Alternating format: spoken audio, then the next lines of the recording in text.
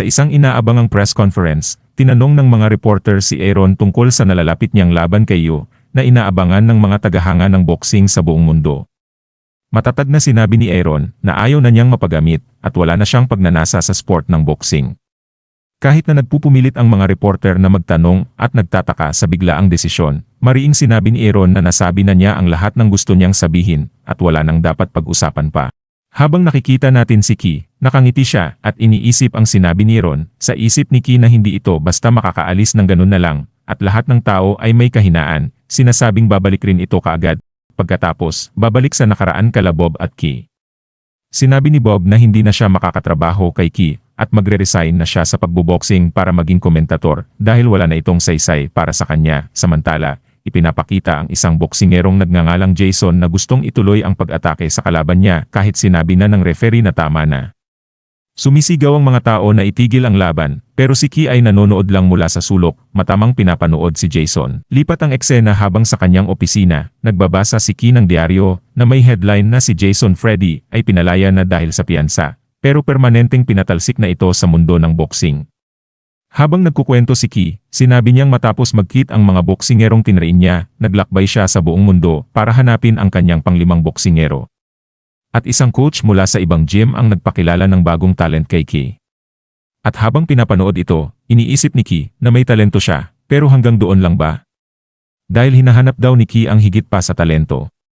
Nabigla ang coach, pero ipinaliwanag ni Ki na tinitrain niya lang ang mga may pambihirang potensyal na naging pinakamalakas na boksingero ng kanilang panahon. Sa kabila ng kanilang tagumpay, nanatiling hindi nasisiyahan ang ambisyon ni Ki, habang patuloy siyang naghahanap ng isang higit pa sa talento. Pagkatapos, umalis si Ki sa gym na frustrado at iniisip na wala siyang napala. Nakita niya ang kanyang driver na si Aaron at tahimik na humanga sa katawan nito. Kinausap niya si Aaron, pinuri ang kanyang katawan at tinanong kung may sports ba siyang ginagawa. Inalok ni Ki si Aaron na subukan ang boxing, ngunit magalang itong tumanggi dahil ayaw niyang manakit ng tao. Dahil dito, naisip ni Ki na boring si Aaron. Samantala, sinabi ni Aaron kay Ki na mukhang matatrapik sila at nagtanong kung pwede silang dumaan sa ibang ruta. Pagkatapos, habang dumadaan sila sa isang kalye, humingi ng paumanhin si Aaron at pinakiusapan si Ki na maghintay sa sasakyan at tumawag sa pulis. Hinarap ni Aaron ang isang lalaking inaabuso ang isang babae sa gilid ng kalsada at sinabi na pakawalan ang babae. Tinukso ng lalaki si Aaron pero iginiit ni Aaron na pakawalan ang babae. Lumabas si Ki ng sasakyan upang panoorin ang nangyayari. Habang tinukso naman ng lalaki ang babae, tinatanong kung gusto niyang pakawalan siya. Inulit ni Aaron na pakawalan ang babae. Ngunit, sumigaw ang masamang lalaki na tumigil si Aaron at huwag siyang utusan, at agad na sinaksak ang babae sa binti. Habang nasasaktan ang babae, sinabi ng masamang lalaki na maghintay siya roon habang papatayin niya si Aaron. Habang nanonood si Ki, iniisip niyang matagal pa bago dumating ang pulis. Habang mabilis na sinaksak ng masamang lalaki si Aaron na ikinagulat ni Ki. Pero nang saksakin si Aaron, hindi mahugot ng masamang lalaki ang kutsilyo. Napansin ni Ki na tila may kakaiba sa mga kalamnan ni Aaron na ikinagulat din ng lalaki. At biglang naisip ni Ki na baka si Aaron na ang hinahanap niya. Muling nakiusap si Aaron sa lalaki na umalis na lang at huwag nang manggulo. Sumigaw ang masamang lalaki, nagtatanong kung bakit hindi niya mahugot ang kutsilyo at nagbanta na papatayin sina Aaron at ang babae. Kalmado pa rin si Aaron at sinabing wala na siyang ibang pagpipilian. Patuloy na nagmumura at nagpupumilit ang lalaki, pero sinabi ni Aaron na hindi niya alam kung paano magpigil. At nang umatake na si Aaron, tinamaan ang masamang lalaki at tumilapon ito sa pader ng eskinita. Nagulat si Ki at nang marinig din niya ang tunog ng nabasag na bungo ng lalaki, parang tunog sa digmaan sa kanyang nakaraan. Habang tinitingnan niya ang walang malay na masamang lalaki at ang nabiglang babae, naisip ni Ki na isang halimaw ang nasa harap niya ngayon. Sa eksenang ito, iniimbestigahan ng pulis ang insidente at napansin na basag ang bungo ng biktima, nagtatanong kung ano ang ginamit para basagin ito. Sa pagbabalik tanaw, humingi ng paumanhin si Aaron kay Ki habang hinuhugot ang kutsilyo sa kanyang katawan at nagsabing tatawag siya ng ibang driver. Sinabi ni Ki na hindi na kailangan at hiniram ang mga guwantes ni Aaron. Kinuha ni Ki ang kutsilyo sa lupa at sinabi na baka ito ay maituring lang na self-defense at nag-alok ng tulong. Habang nagtataka si Aaron, itinutok ni Ki ang kutsilyo sa kanyang tiyan at agad na sinaksak ang sarili na ikinagulat ni Aaron. Habang nararamdaman ang sakit, napangiti si Ki at naalala ang matagal na niyang hindi nararamdaman ito. Gulat na tinanong ni Aaron kung ano ang ginagawa ni Ki. Subalit, ngumiti si Ki at tinanong si Aaron kung naisip na ba niya ang dahilan ng kanyang pag-iral at inalok ni Ki si Aaron na sumama sa kanya at ipinangako na sasabihin ang dahilan ng kanyang pag-iral sa mundong ito. Pagkatapos, makikita ang paglilitis ng korte, ang kaso ni Aaron at kinikilala na kumilos siya sa sariling depensa. Maraming biktima at maaaring nadagdagan pa kung hindi siya nakialam. At ang napatay ay isang kilalang kriminal, kaya't inabsuelto si Aaron. Samantala lipat ang eksena sa Leon Boxing Gym, pinag-uusapan ng mga tao si Aaron, nagtataka kung tao ba siya dahil sa unang beses niyang magboxing ay knock-knockout niya agad ang pangalawa sa heavyweight division.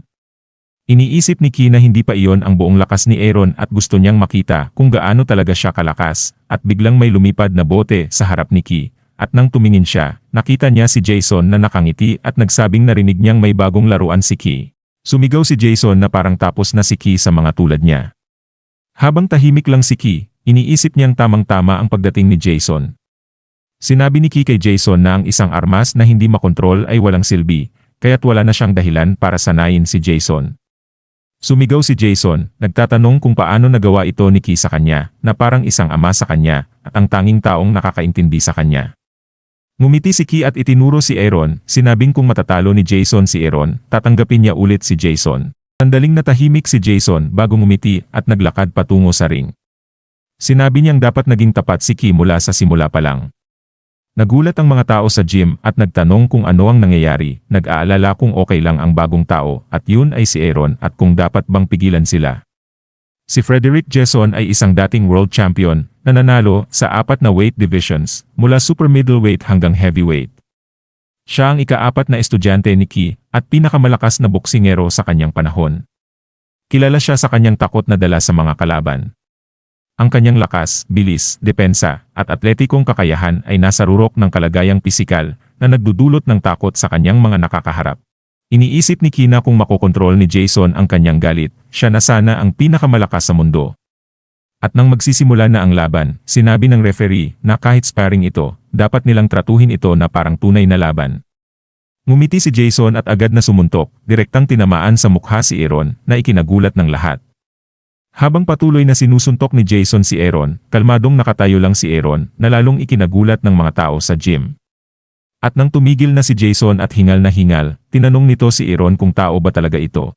At habang tinitingnan ni Jason ang mga mata ni Aaron, siya ay natakot at sumigaw ng di makapaniwala at bigla niyang napagtanto na nasa corner na siya at nasa harap pa rin ni Aaron.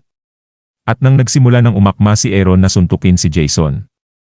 Biglang napatingin si Jason kay Ki at naalala niya ang unang pagkikita nila at ang pagpapakilala ni Ki sa kanya sa boxing. Natakot si Jason habang nakikita si Ki na nakangiti ng nakakatakot at bigla na niyang natanggap ang isang malakas na suntok mula kay Aaron na ikinagulat ng lahat. Sumigaw ang mga tao sa gym na tumawag ng ambulansya habang si Ki ay nakangiti at iniisip na ang dahilan ng pag-iral ni Aaron ay para magtagumpay at maging superior. Habang pinapakita at inihayag ng announcer na hindi pa nila nakita ang ganitong klaseng lakas at doon na nga nanalo si Aaron Tide ng World Heavyweight Boxing title. At dito na po natatapos ang yugtong ito. Maraming salamat po, mag-like at subscribe para sa susunod na kabanata. Hanggang sa muli.